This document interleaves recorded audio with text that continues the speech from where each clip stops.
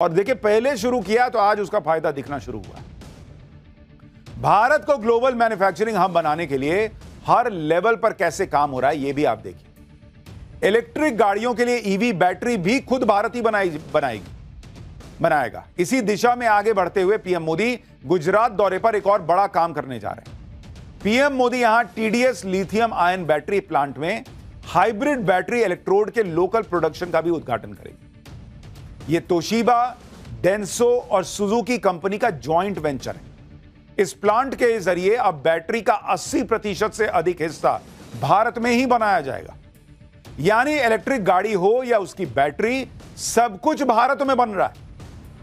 भारत में electric vehicle का स्वदेशी इकोसिस्टम गुजरात में तैयार हो रहा है। इसलिए पीएम मोदी ने आज कहा कि भारत को आत्मनिर्भर बनाने में गुजरात से बहुत ऊर्जा मिल रही है। एक बार उसको सुनिए, फिर आपको बताता हूं कि भारत में जो इकोनॉमी है उसका 5th गियर कैसे लग रहा है इन कामों से। साथियों, आज आत्मनिर्भर भारत अभियान को गुजरात से बहुत ऊर्जा मिल रही है और इसके पीछे 2 दशकों की कड़ी मेहनत है। एक तरफ अमेरिकी राष्ट्रपति डोनाल्ड ट्रंप हैं जो भारत पर टैरिफ लगाकर यह सोच रहे हैं कि वो भारत की तरक्की को डेंट लगा देंगे। दूसरी तरफ भारत है जो अलग अलग सेक्टर में अपने एक्सपोर्ट के नए नए रिकॉर्ड बना रहा है।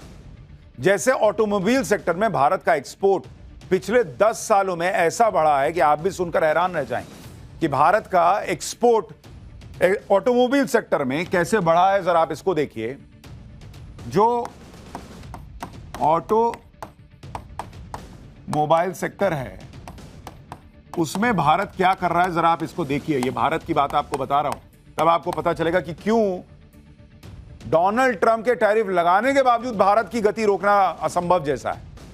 2014 से पहले, ये आपको बता रहा हूं एक्सपोर्ट के बारे में, भारत कितना एक्सपोर्ट करता था, ठीक है।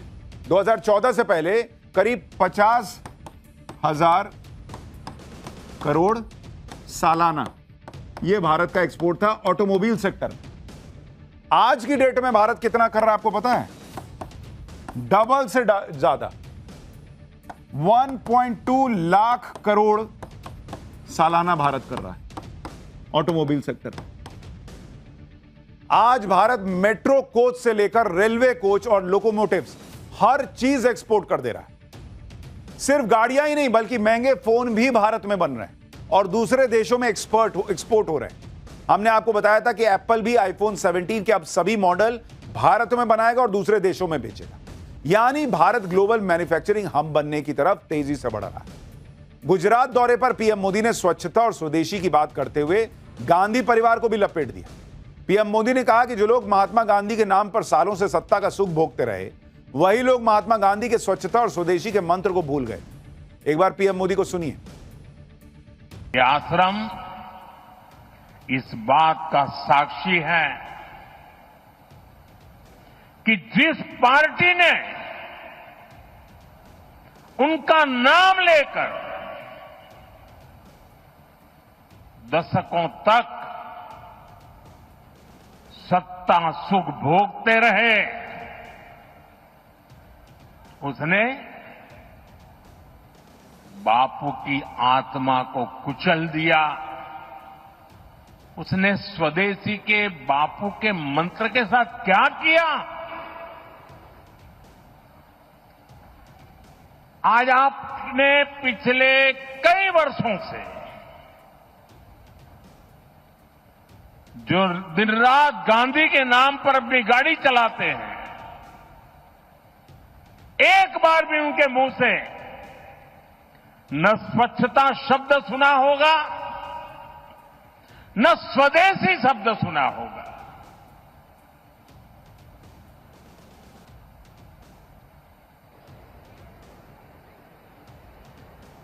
ये देश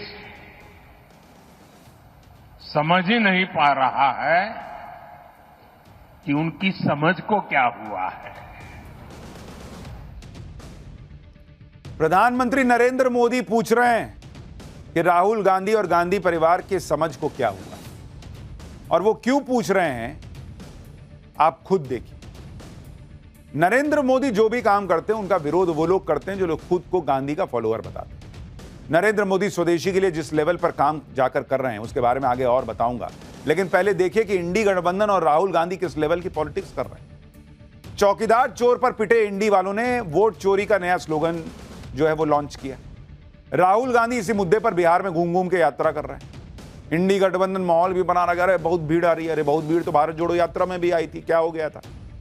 लेकिन इसी चक्कर में राहुल गांधी कुछ ऐसा बोल गए जिसमें वो फिर खुद गिर गए। करेंगे 6-6 साल का बच्चा मेरे कान में आके बोल रहा है कि वोट चोर गद्दी छोड़ो। वो समझ गया कि वोट चोरी हो रही। सुनिए एक बार राहुल गांधी को। वोटर अधिकार यात्रा, इसमें बड़ी इंटरेस्टिंग बात निकल रही है जो पिछले 2 यात्राओं में नहीं थी। इसमें क्या हो रहा है, छोटे छोटे बच्चे आ रहे हैं, बड़ा स्ट्रेंज फिनोमिना है। छोटे से बच्चे आ रहे हैं, मेरे पास आ रहे हैं और मेरे कान में कह रहे हैं वोट चोर गद्दी छोड़, एक के बाद एक। मतलब ये एडल्ट्स नहीं है, छोटे से हैं। अब छोटे से 6 साल के बच्चे को पता लग गया, और एक नहीं, मतलब अनेक आ रहे हैं, हजार। जहां भी जा रहा हूं वोट चोर गद्दी छोड़, वोट चोर गद्दी छोड़, वोट चोर गद्दी छोड़। अब चुनाव आयोग जाके इन बच्चों से बात कर ले, पता लग जाएगा। बट बड़ा यूनिक फिनोमिना है। राहुल गांधी कह रहे हैं कि बच्चे उनके कान में आके कह रहे हैं वोट चोर गद्दी छोड़। 6-6 साल के बच्चे, हजारों बच्चे आ रहे हैं। भाई इसे तो कान ही दुख जाएगा कि 1000 बच्चा एक एक करके आके बोलेगा वोट चोर गद्दी छोड़।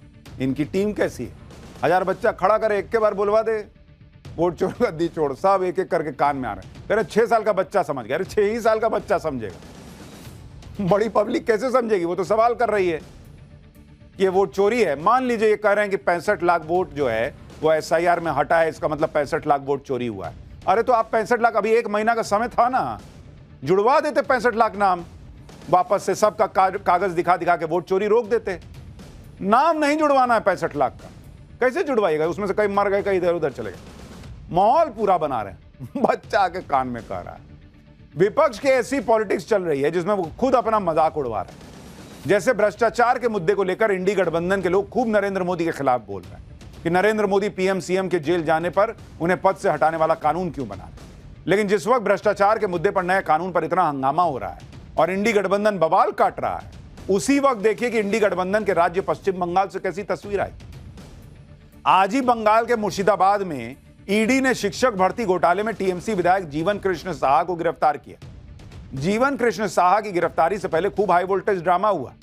जब ईडी ने उन्हें गिरफ्तार करने की कोशिश की तो वो भागने लगे। गिरफ्तारी के डर से घबराए विधायक जीवन कृष्ण साहा ने सीधे घर की चारदीवारी फांदकर भागने की कोशिश की।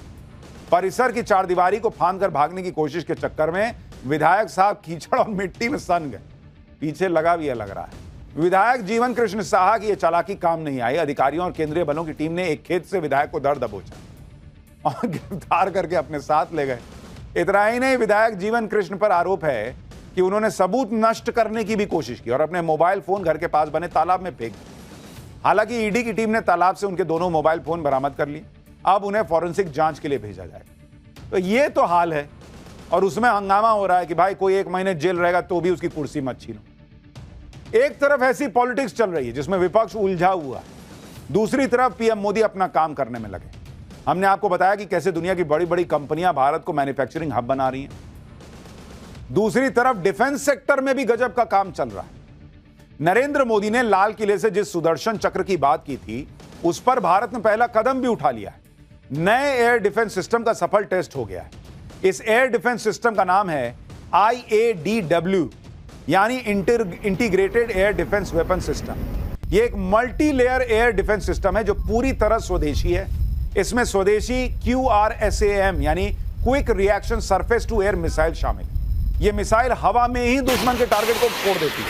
ये देखिए, इसमें advanced very short range air defence system missile है। यह छोटी दूरी की मिसाइल प्रणाली है जो नजदीकी टारगेट को तबाह कर देती है। इसके साथ ही इसमें laser based directed energy weapon शामिल है। यह एक एडवांस लेजर हथियार है जो हवा में दुश्मन के हमलों को बेअसर कर देता है।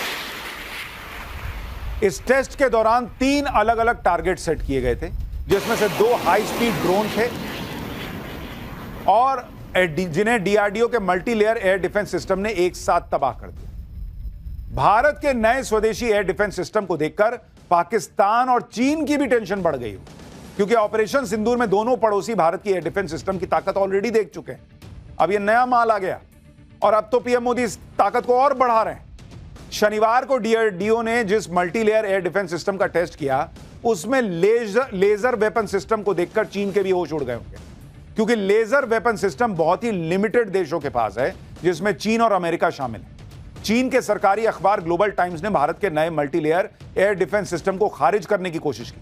अखबार ने एक्सपर्ट के हवाले से कहा कि लेजर वेपन बहुत इंपॉर्टेंट है, लेकिन यह कितना सटीक है इसकी जांच होना बाकी है। चीन के एक्सपर्ट ने कहा कि टेस्ट में फायरिंग रेंज को चेक करना अलग होता है और युद्ध के मैदान में अलग होता है। मतलब ये लोग माहौल बना रहे हैं कि भारत बना तो लिया है, लेकिन क्या है पता नहीं, चलेगा नहीं चलेगा। फिर देना पाकिस्तान को हथियार, अभी राउंड 2 में किसी से फोड़ देंगे। चीन के इस तरह का बयान देना ही ये बताता है कि उसे नए भारत की ताकत का अंदाजा है और उसको परेशानी हो रही। चीन को पता है कि अगर Bharat multi layer air defence system का जाल बिछा देगा तो भारत के आसमान को भेदना अभी ही मुश्किल है, तब तो और नामुमकिन हो जाएगा। एक तरफ देसी एयर डिफेंस सिस्टम है, दूसरी तरफ देसी जेट इंजन है। ऐसा काम ना हो रहा बॉस, आप सुनते जाइए। प्रधानमंत्री मोदी ने स्वदेशी जेट इंजन की बात भी की, क्योंकि जेट इंजन के मामले में अब तक भारत दूसरे देशों पर निर्भर था। इस मामले में भी काम तेजी से आगे बढ़ने वाला है। भारत और फ्रांस मिलकर जेट इंजन बनाने वाले हैं। यह जेट इंजन भारत के स्वदेशी 5th जनरेशन फाइटर एयरक्राफ्ट में इस्तेमाल होगा। इस प्रोजेक्ट के तहत 100% टेक्नोलॉजी ट्रांसफर के तहत काम होगा। इस प्रोजेक्ट में फ्रांस की aerospace company saffron joint production करेगी। फ्रांस की कंपनी पहले से ही भारत में हेलीकॉप्टर इंजन बना रही, यानी भारत ने स्वदेशी जेट इंजन बनाने की दिशा में कदम बढ़ा दिया है। शुरुआत जॉइंट प्रोडक्शन से हो भी गई। सिर्फ फ्रांस ही नहीं बल्कि कई देश हैं जो भारत में जेट इंजन के प्रोडक्शन के लिए लाइन लगाए हुए हैं, और इसमें अमेरिका भी है। भारत और अमेरिका के बीच भी जेट इंजन बनाने को लेकर जल्द बातचीत आगे बढ़ेगी। यह जेट इंजन भारत के मल्टी रोल फाइटर जेट तेजस MK2 में इस्तेमाल होंगे। 2 साल पहले HAL यानी हिंदुस्तान एरोनॉटिक्स लिमिटेड और US defence company GE aerospace के बीच फाइटर जेट इंजन के ज्वाइंट प्रोडक्शन की डील हुई थी, लेकिन 2 साल से इस डील को फाइनल करने पर बातचीत चल रही थी। अब खबर है कि इस डील से जुड़ी जो कमर्शियल शर्तें हैं उस पर बात होगी। दावा है कि अगले 3 महीने में सब फाइनल हो जाएगा, और इस डील के तहत general electric aerospace 80% technology transfer को तैयार हो गया है, जबकि पहले यही GE एरोस्पेस कह रहा था कि नहीं 58% से ज्यादा टेक्नोलॉजी ट्रांसफर नहीं करेंगे, चाहे जो कर लो। अब कहा जा रहा कि नहीं 80% के लिए तैयार हो गया। यानी अमेरिका की डिफेंस कंपनियों को भी समझ आ गया कि भारत के पास फ्रांस जैसे विकल्प हैं, हम नहीं देंगे तो उससे ले लेगा। नरेंद्र मोदी ने जिस तरह से भारत में ही डिफेंस प्रोडक्शन की स्पीड बढ़ा दी है, उससे बड़ी बड़ी ग्लोबल डिफेंस कंपनियों की हालत खराब होगी। ग्लोबल डिफेंस मार्केट में हड़कंप मचा हुआ।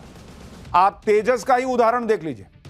कई डिफेंस रिपोर्ट्स के मुताबिक भारत के पास करीब 500 फाइटर जेट है और भारत को कुल 750 फाइटर जेट चाहिए।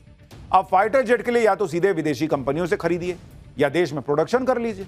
नरेंद्र मोदी ने देश में प्रोडक्शन करने को कहा है, क्योंकि एक राफेल में 4 तेजस आ जाते हैं। जितने आप एक राफेल के लिए पैसा दीजिएगा उतने में 4 तेजस बन जाते हैं। भारत के पास अभी तेजस के 3 मॉडल हैं, तेजस मार्क 1, तेजस मार्क 1A और तेजस मार्क 2। इनमें तेजस मार्क 1, तेजस मार्क 1A का प्रोडक्शन हो रहा है और तेजस मार्क 2 का प्रोडक्शन स्टार्ट होने वाला है। सरकार ने कुछ दिन पहले ही तेजस मार्क 1A के 97 अतिरिक्त विमानों के लिए 62,000 करोड़ रुपए अप्रूव भी कर दिए। इससे पहले तेजस मार्क 1A के 48 विमानों के लिए 48,000 करोड़ रुपए दिए जा चुके हैं। इसके अलावा भारतीय एयरफोर्स तेजस मार्क 2 के करीब 200 विमान खरीदने का प्लान भी कर रही है। यानी कुल मिलाकर सरकार ने 180 तेजस मार्क 1A के लिए 1,10,000 करोड़ रुपए का ऑर्डर दे दिया है। इसका मतलब यह है कि एक तेजस विमान 611 करोड़ रुपए का पड़ रहा है, जबकि विदेशी फाइटर जेट की कीमत औसतन करीब 2,000 करोड़ रुपए के आसपास बैठती है। इधर तेजस को एयरफोर्स में शामिल किया जाएगा, उधर आज दशकों से भारतीय वायुसेना की ताकत रहे MiG-21 फाइटर जेट की विदाई का वक्त भी आ गया। आज air force chief air chief marshal AP Singh ने आखिरी बार MiG-21 उड़ाया। 1 महीने बाद MiG-21 fighter jet operational role से पूरी तरह बाहर हो जाएंगे और इतिहास का हिस्सा बन जाएंगे। बीकानेर के नाल एयरबेस से एयरफोर्स चीफ ने MiG-21 को उड़ाया। ये देखिए, एयरफोर्स चीफ खुद उड़ा के ले जा रहे हैं आखिरी बार। इसी फाइटर जेट में उन्होंने अपनी पहली ट्रेनिंग भी ली थी। अभी एयरफोर्स के पास MiG-21 की 2 स्क्वाड्रन बची हैं। करीब 6 दशक से भारतीय एयरफोर्स MiG-21 का इस्तेमाल कर रही है। MiG-21 को साल 1963 में एयरफोर्स में शामिल किया था, 1963 में। MiG-21 भारतीय एयरफोर्स के लिए पहला सुपरसोनिक एयरक्राफ्ट था। साल 1965 की जंग हो या 1971 की जंग हो, MiG-21 अपना जलवा दिखा चुका है। माना जाता है कि MiG-21 ने सबसे घातक हमला 1971 की जंग में किया।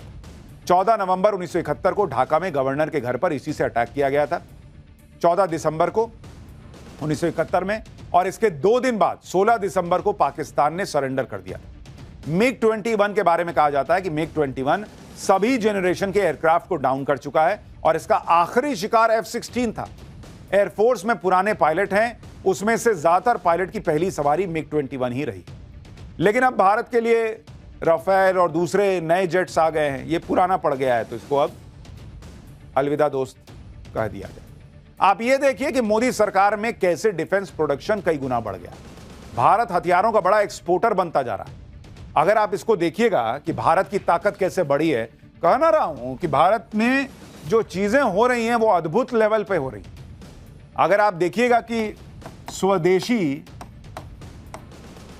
डिफेंस प्रोडक्शन जो हो रहा था भारत में, वो कोई मामूली लेवल पे नहीं बढ़ा है। उसका अभी आप आंकड़ा देखिए, आप कहिएगा गजब ही है। 2014-15 में अगर आप देखिएगा, उस वक्त जो भारत स्वदेशी डिफेंस प्रोडक्शन कर रहा था वो था 46,429 करोड़ रुपए।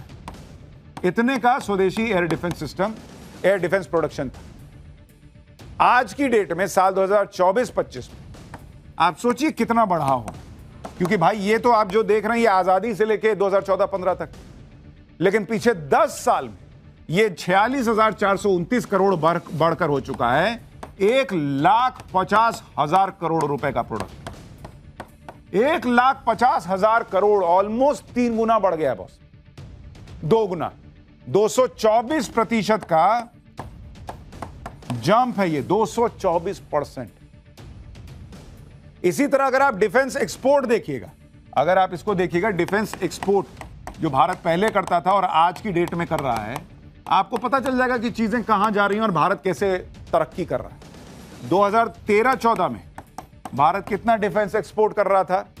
686 करोड़। समझ रहे हैं? 1000 करोड़ भी नहीं था बॉस।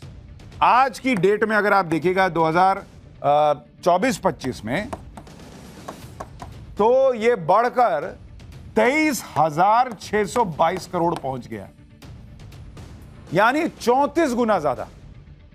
तो ये भारत की ताकत है। और इसीलिए अभी नई रिपोर्ट भी आई है, वो भी कह रही है कि भाई हम लगा दिया, ट्रंप ने टैरिफ लगा दिया, भारत की गति नहीं रुकने वाली है।